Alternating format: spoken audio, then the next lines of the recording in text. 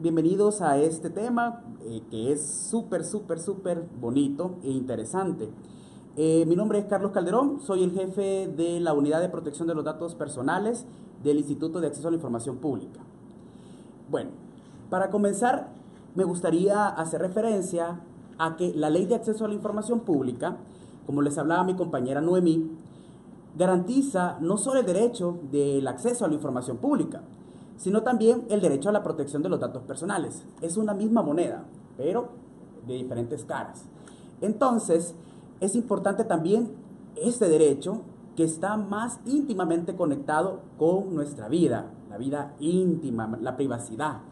Entonces, es importante también recordar, como les estaba mencionando mi compañera Noemí, que la información dentro de la ley se divide en información pública e información privada. Dentro de la información privada, que la ley la clasifica como información confidencial, de acuerdo al artículo 24, están los datos personales, que es el tema que vamos a abordar el día de hoy. Entonces, ¿qué es un dato personal? Nos podemos preguntar qué es un dato. Pero un dato personal es aquello que está inherente a nosotros, al individuo. ¿Y para qué nos ayuda ese dato personal? Nos ayuda a identificarlos de los otros. Entonces, no es algo efímero, sino que está íntimamente conectado con nosotros. Desde el momento de que estamos en el vientre de nuestra madre empieza a identificarlos con un nombre. Desde ese momento empezamos a tener esa conexión con los datos personales. Entonces, una definición, como les estaba diciendo, que también es definida por la ley de un dato personal, se encuentra en el artículo 6, letra A de la Ley de Acceso a la Información Pública. El dato personal es importante también tener en cuenta de que un dato, para considerarlo como un dato personal, debe de haber un requisito, que es que identifique a una persona. Si este dato no identifica a una persona, no estamos en este caso, dentro de un dato personal. El dato personal debe de identificar a una persona. Y este dato personal también, ¿qué debe de tener? Vea, el dato personal también debe de identificar de forma directa o indirecta a esa persona, sin que realicemos operaciones o actividades, vea, desproporcionadas. Es decir, que si nosotros tenemos ese dato, no hagamos la investigación de quién es, sino que a simple vista veamos el dato y inmediatamente nos va a dar una referencia de quién es esa persona. Entonces, ahí estamos, en este caso, dentro de un dato personal. El dato personal indudablemente nos lleva a identificar a una persona física, natural, pero también este derecho lo tiene también la persona jurídica. Esto de acuerdo pues a la jurisprudencia constitucional. Y esa es una resolución que sacó nuestra sala de lo constitucional 142-2012. Si ustedes quieren ondear un poquito más en el tema, pueden ustedes incluso revisar esta resolución, que es muy interesante. Para ondear también, ¿qué ejemplos puedo dar de datos personales?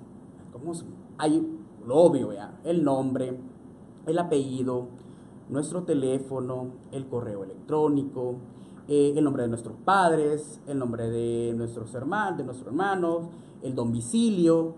Y hay otros también donde quizás no tenemos la concepción que sea un dato personal. Por ejemplo, el iris de nuestros ojos, datos genéticos, datos biométricos, siempre y cuando nos identifique. Entonces, también esos son datos personales. Estos datos personales, ¿a quién pertenecen? Pertenecen a nosotros. Nosotros somos los titulares del dato personal y solo a nosotros nos pertenecen. No le pertenecen a nuestra novia, no le pertenecen a nuestro novio, no le pertenecen a mi esposa, a mi esposo, a mis hijos. Únicamente es mío. Es un dato personal que solo me identifica y me pertenece a mí. Incluso no nos pertenecen los datos personales de nuestros hijos. Tenemos el derecho, vea, como en este caso por la autoridad parental, pero no tenemos el derecho de los datos personales de nuestros hijos. Ya vamos a poner algunos ejemplos de por qué les estoy diciendo esto. Vea. Entonces también esto nos lleva a decir que también los niños y niñas y adolescentes tienen el derecho, vea, a la protección de los datos personales. La importancia de los datos personales, como les decía al principio, es para identificarlos, individualizarlos de los demás. Pero también con la era tecnológica, la cuestión esta de los datos personales tiene mucho más relevancia. ¿Por qué? Porque las tecnologías ocupan nuestros datos personales para ponerlas incluso a nuestra disposición y hacerlas quizás incluso más personalizadas. Por ejemplo, las redes sociales, Facebook, Twitter, el Uber, ocupan datos personales. Por ejemplo, cuando nosotros ocupamos nuestro Facebook, muchas veces nos preguntamos, ¿por qué me salen anuncios de productos que a mí me interesan? O de temas que a mí me interesan, de política, de deporte, pero no, lo que no sabemos muchas veces, no tenemos la conciencia, que nosotros al momento de hacer un Facebook, nosotros compartimos datos personales. E incluso cuando nosotros, por ejemplo, buscamos temas dentro de Google, este buscador famoso, nosotros le damos datos personales a estas redes y a estos motores de búsqueda. Entonces, ellos lo que hacen es interconectar estos datos y personalizan estas redes. Pues es la verdad que súper emocionante, ¿verdad? Que a veces nos decimos, bueno, qué chévere que Facebook incluso recoja nuestras fotos de cumpleaños o de momentos felices, pero también puede haber una parte negativa de esto. ¿Cómo así? Hay riesgos a intromisiones indebidas a nuestra intimidad. Y allí es donde viene la protección de los datos personales, porque nuestro dato tiene un costo. Estas compañías, cuando nosotros les compartimos esos datos, fácilmente, ellos también comparten con otras compañías. Y estas compañías no se los dan de gratis, sino que también tienen un costo. Y un costo incluso hasta para ellos y un beneficio para ellos en el marketing de sus productos. Y ese es el punto, de donde está el beneficio del dato personal y a dónde podría ya en este caso causar un perjuicio a nuestras vidas. Por ejemplo, en Facebook, nosotros cuando compartimos fotografías, no solo compartimos fotografías de nuestras, sino que también de nuestros amigos, de nuestras amigas, de familiares, de incluso también de nuestros hijos. Pero nosotros no le decimos, puedo compartir la fotografía. Entonces, cuando nosotros subimos a esa red la fotografía, muchas veces no sabemos si va a parar ahí, sino que eso se comparte, se hace viral y nos puede perjudicar. A veces lo que para uno significa divertido, para otros es denigrante.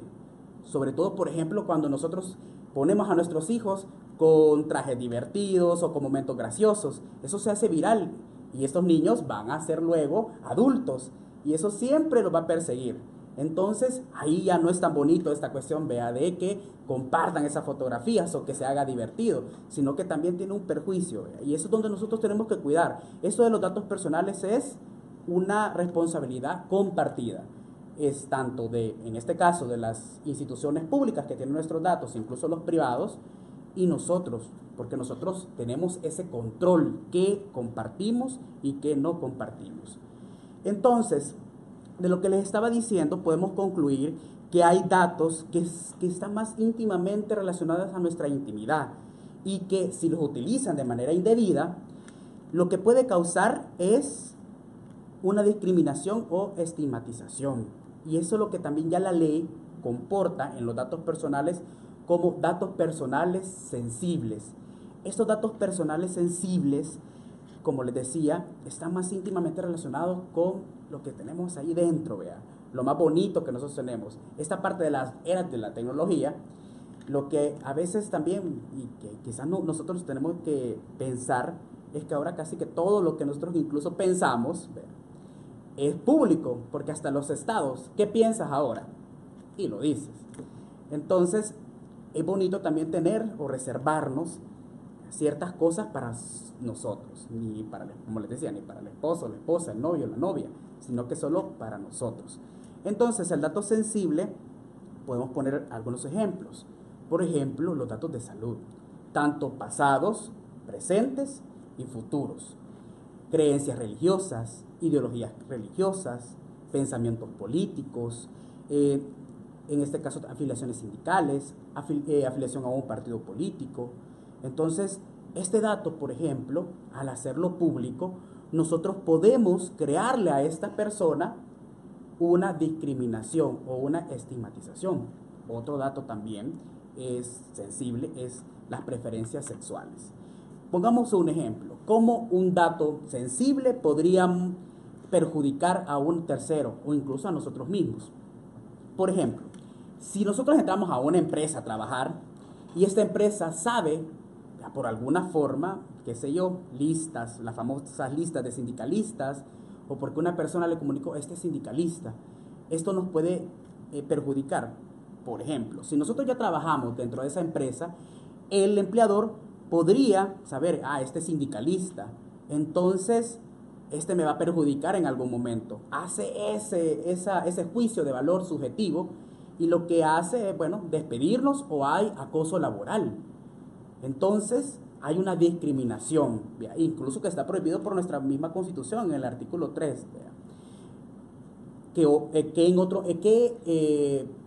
ejemplo podríamos poner de eso? Por ejemplo, cuando nosotros estamos también aplicando a una plaza de trabajo. Si esta persona, por ejemplo, es sindicalista, lo que va a decir el empleador es, bueno, no lo contrato porque esta persona es problemática. Hace un juicio de valor subjetivo de las capacidades profesionales de esta persona.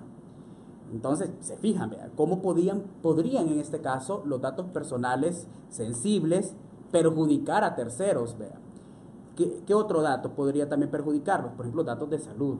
Como les decía, el dato de salud es aquel dato que hace referencia a enfermedades, tanto físicas o mentales, pasadas, futuros y presentes. Nosotros podemos, por la protección de los datos personales, pedir el acceso a nuestro expediente clínico. Pero ¿qué pasaría si un empleador tiene conocimiento de enfermedades o que somos propensos a una enfermedad? Si este empleador, por ejemplo, se da cuenta y quiere emplear a esta persona, se va a preguntar, incluso un coste patrimonial para él. Si esta persona, por ejemplo, es propensa a esta enfermedad, esto me da un costo en productividad, porque solo podría pasar enferma, o también a la hora de las prestaciones sociales, porque este empleador le va a tener que dar permiso para las consultas a esta persona, incluso para las incapacidades. Entonces, desde un principio, a priori, ya le estamos perjudicando a esta persona, en este caso también, su derecho laboral. Hay que recordar, y eso es importante, que los derechos fundamentales son interdependientes entre sí. No los podemos ver aislados. Entonces, el derecho de la protección de los datos personales, así como el derecho de acceso a la información pública, son derechos llaves. Son derechos que ayudan a proteger otros derechos. Entonces, este manejo de los datos personales es importante. Y ya la Ley de Acceso a la Información Pública lo dice, vean. En el artículo 6, letra A, B, y del artículo 31 al artículo 39 de la Ley de Acceso a la Información Pública. Ustedes pueden ver la ley, pueden darle lectura a estos artículos y profundizar un poquito más sobre este tema en la Ley de Acceso a la Información Pública. Entonces, ya vimos que cómo puede perjudicarnos. Entonces, de ahí radica la necesidad de la protección de los datos personales, que es el tener control y disposición de nuestros datos. Es decir, a quién se los compartimos, cómo se los compartimos y qué plazos pueden incluso tener nuestros datos personales. Por eso incluso viene del raigambre constitucional el derecho a la protección de los datos personales y que la Ley de Acceso a la Información Pública contempla los mecanismos de su protección e incluso para ejercerlo dentro de las entidades públicas. Eso es importante. Nosotros, como Instituto de Acceso a la Información Pública, no tenemos la potestad para, en este caso, protegerlos y tener los mecanismos en el sector privado, sino que solo en el sector público o los entes obligados que están en el artículo 7 de la Ley de Acceso a la Información Pública. Esta protección de los datos personales viene también, se materializa en 4 derechos para ejercerlos. Uno es el derecho de acceso a la información personal. Ojo, no es igual que el acceso a la información pública. Este es acceso a la información que es mía, personal. Luego está el derecho a la rectificación, el derecho a la cancelación y el derecho a la oposición del tratamiento de los datos personales. Estos 4 derechos componen los famosos derechos ARCO. Así, ese es como el estándar, el derecho ARCO, que está en nuestra ley en el artículo 36 con otros nombres, pero materialmente es lo mismo. El derecho de acceso, la rectificación, la cancelación y la oposición. ¿Qué es el derecho de acceso a la información personal? El derecho de acceso a la información personal es el derecho que tienen todas las personas a acceder a sus datos, a una consulta directa, a pedir una copia de esos datos dentro de los archivos, registros, sistemas que tienen los entes obligados. ¿Qué es el derecho de rectificación? Es la facultad que tiene toda persona para rectificar aquellos datos que están desactualizados, que son inexactos, que también están, en este caso, también son incorrectos. Por ejemplo, nosotros le podemos pedir al registro tributario de una alcaldía que nos corrija un dato porque los tiene, por ejemplo, insolventes de los tributos, y nosotros ya hemos pagado, incluso tenemos también el comprobante, las facturas que hemos pagado esos tributos, y nosotros le podemos decir a la alcaldía, mire, eso es incorrecto. Entonces aquí está la factura, cámbieme ese estado a un estado de solvente. Vea. A eso se maneja el derecho de la rectificación. El otro es el derecho a la cancelación. Este derecho es muy bonito. El derecho a la cancelación tiene relación al derecho al olvido, a reidentificarnos nuevamente, a olvidar lo pasado. Entonces, este derecho nos permite a eso. Uno de los ejemplos claros es con el tema de los antecedentes policiales o penales. Puede ser de que nosotros, nadie está inhibido a pasar una situación de estas, tenemos un problema, por ejemplo, un accidente de tránsito, donde nosotros tenemos la responsabilidad. Entonces, puede haber diferentes tipos penales, por ejemplo, si solo fue lesiones culposas o incluso un homicidio culposo, entonces nosotros podemos, en la base de la policía, podemos cancelar este dato, suprimirlo. ¿Por qué también suprimir este dato? Lo que pasa es que también cuando nosotros pedimos las certificaciones de la policía, nos sale, por ejemplo, lesiones culposas, homicidio culposo. Cuando nosotros lo presentamos a un empleador, nos dice, tú tienes antecedentes policiales, no te puedo dar el empleo. O incluso para situaciones de tipo migratorias también. O incluso para cuestiones familiares ante los jueces de familia. O sea, nos puede repercutir este tema de los antecedentes en varias aristas. Y eso es lo importante, saber que tenemos este derecho incluso para quitarnos estos tipos de información negativa del pasado. Porque tenemos el derecho, pues, como les digo, a reidentificarnos nuevamente. Así también es la situación de los que han cumplido ya penas de cárcel. Ya ellos ya cumplieron la pena que les establecía el tipo penal, y que por ende en el deber ser de acuerdo al derecho a la protección de los datos personales y al derecho a la reinserción social y a la reeducación, que están en el artículo 12 y 11 de la Constitución, pueden en este caso pues suprimir estos datos. Por eso es muy interesante, y actualmente en el instituto tenemos muchos casos de estos. El otro derecho es el derecho a la oposición, y el derecho a la oposición se compone básicamente a que nosotros podemos decir, ya no quiero que traten mis datos, pero debe de pasar ciertas condiciones, por ejemplo, de que los ocupen para mercadotecnia, distinta a la finalidad a la cual recogieron mis datos. Entonces yo puedo oponerme a ese tratamiento que hacen estas instituciones públicas. ¿Cómo yo hago en este caso para ejercer estos derechos? Es muy parecido al tema que también van a ver en este curso sobre las solicitudes de información. Yo presento mi solicitud ante el oficial de información, y este oficial de información también me puede ayudar también a orientar, de acuerdo al artículo 68 de la misma Ley de Acceso a la Información Pública. Cuando ya nosotros presentamos esa solicitud a la unidad de acceso a la información de cada entidad, podemos nosotros esperar, por ejemplo, que acceder a los datos, rectificar, cancelar o oponerse. Los plazos son un tanto diferentes. Para el acceso de la información personal son 10 días hábiles. Para la rectificación, cancelación y oposición son 30 días hábiles. Eso de acuerdo al artículo 36, inciso tercero de la misma Ley de Acceso a la Información Pública. ¿Qué pasa si en el caso no me dejan acceder a mis datos? No me dejan rectificar, me los cancelaron, o en este caso también no dejan de tratarlos. Yo puedo interponer el recurso de apelación ante el Instituto de Acceso a la Información Pública. Y hay un plazo que es también, al igual como en el tema de acceso a la información pública, para interponerlo de 5 días. Acá es también primordial que en el caso de la protección de los datos personales, también protege el recurso de apelación la falta de respuesta.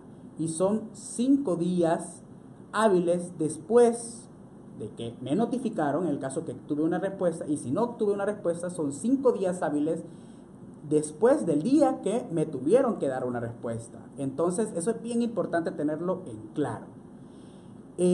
También nosotros como instituto lo que podremos ordenar es el acceso, la rectificación, la cancelación o la oposición, o también incluso confirmar la decisión del ente. Por eso es importantísimo tener en cuenta que tenemos este derecho. También ustedes también se pueden preguntar qué datos personales podrían ser públicos en el contexto, en este caso, del Estado. Ya mi compañera Noemí les decía, miren, es información pública oficiosa los currículos, pero son los currículos de los funcionarios públicos, ¿ya?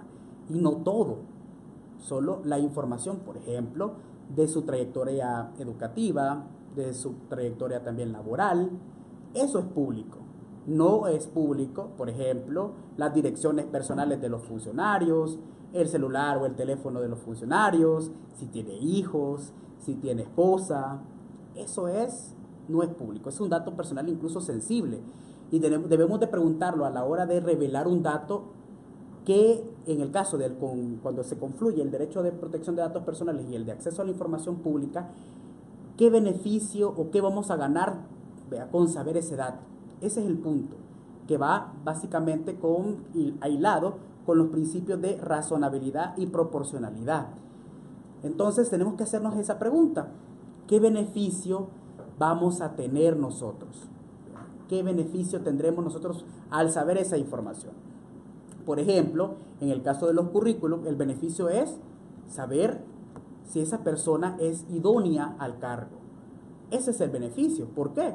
Porque nosotros como ciudadanos pagamos el sueldo de ese ciudadano funcionario público también, lo pagamos de nuestros impuestos. Entonces, tenemos el derecho de saber que esa persona que está ocupando ese puesto es idónea. Y quieras o no, ahí sí hay datos personales y son datos personales que legítimamente tienen que ser públicos. ¿Qué otra información también puede ser pública de los funcionarios o servidores públicos? Incluso de los ciudadanos que no tienen nada que ver con la administración, es decir, que trabajen para la administración. Hay también casos, por ejemplo, cuando estos particulares le ofrecen servicios al Estado o incluso también son beneficiarios de algún subsidio. ¿Cómo así? Por ejemplo, en una contratación de algún servicio para el Estado, nosotros podemos saber el nombre de esa persona, podemos saber incluso el nombre de su empresa, podemos saber la oferta que le hizo al Estado de esos productos y otra información también vital para ejercer nuestra Contraloría Social, pero tampoco es todo. En el caso también de particulares que son beneficiarios de subsidios, también podemos conocer los nombres de estos. Nosotros como Instituto de Acceso a la Información Pública, hay antecedentes donde hemos brindado el acceso a estas listas de beneficiarios y que no tienen que ver nada con que sean, por ejemplo, empleados del Estado, sino que son meramente beneficiarios de un subsidio del Estado. Y siempre entra el tema de los fondos públicos, porque acá inevitablemente para pagar ese subsidio se utilizan fondos públicos. Y es esa parte de nosotros como ciudadanía empoderada, nos podemos decir, bueno, podemos acceder a eso, quiénes son, qué requisitos tienen que cumplir para ser beneficiarios de ese subsidio. Es parte de la Contraloría Social. Entonces, ahí, vea, eso debe de confluir, vea. Hay un escenario de los datos personales de los servidores públicos, que nosotros como servidores públicos estamos incluso un poquito más rebajados en nuestro derecho a la protección de los datos personales por estar dentro de la función pública. Y hay también casos de particulares que podrían ser también revelados sus datos porque son, en este caso, como les decía, recapitulando,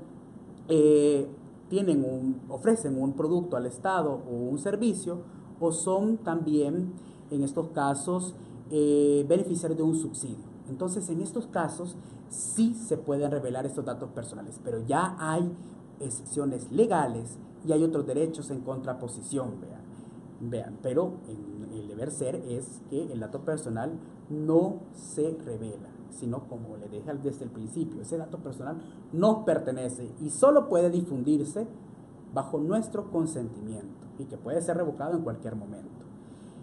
Bueno, yo finalizo acá con este tema de los datos personales. Les invito a que lean la Ley de Acceso a la Información Pública. Si ustedes quieren ondear en este tema, pueden ver los estándares iberoamericanos de protección de los datos personales para, en este caso, las comunidades o países de la Unión Europea y de Iberoamérica. También pueden ver el Reglamento General de Protección de los Datos Personales. Y pues dentro del instituto también hay un manual de lectura fácil, ¿vea? Donde rapidito, ¿vea? De manera pues concisa pueden darse cuenta de qué es el derecho a la protección de los datos personales y cómo se puede ejercer. Muchísimas gracias y pues quedo a las órdenes y disfruten este bonito curso donde se empoderan pues tanto del derecho de acceso a la información pública y también el de protección de los datos personales. Gracias.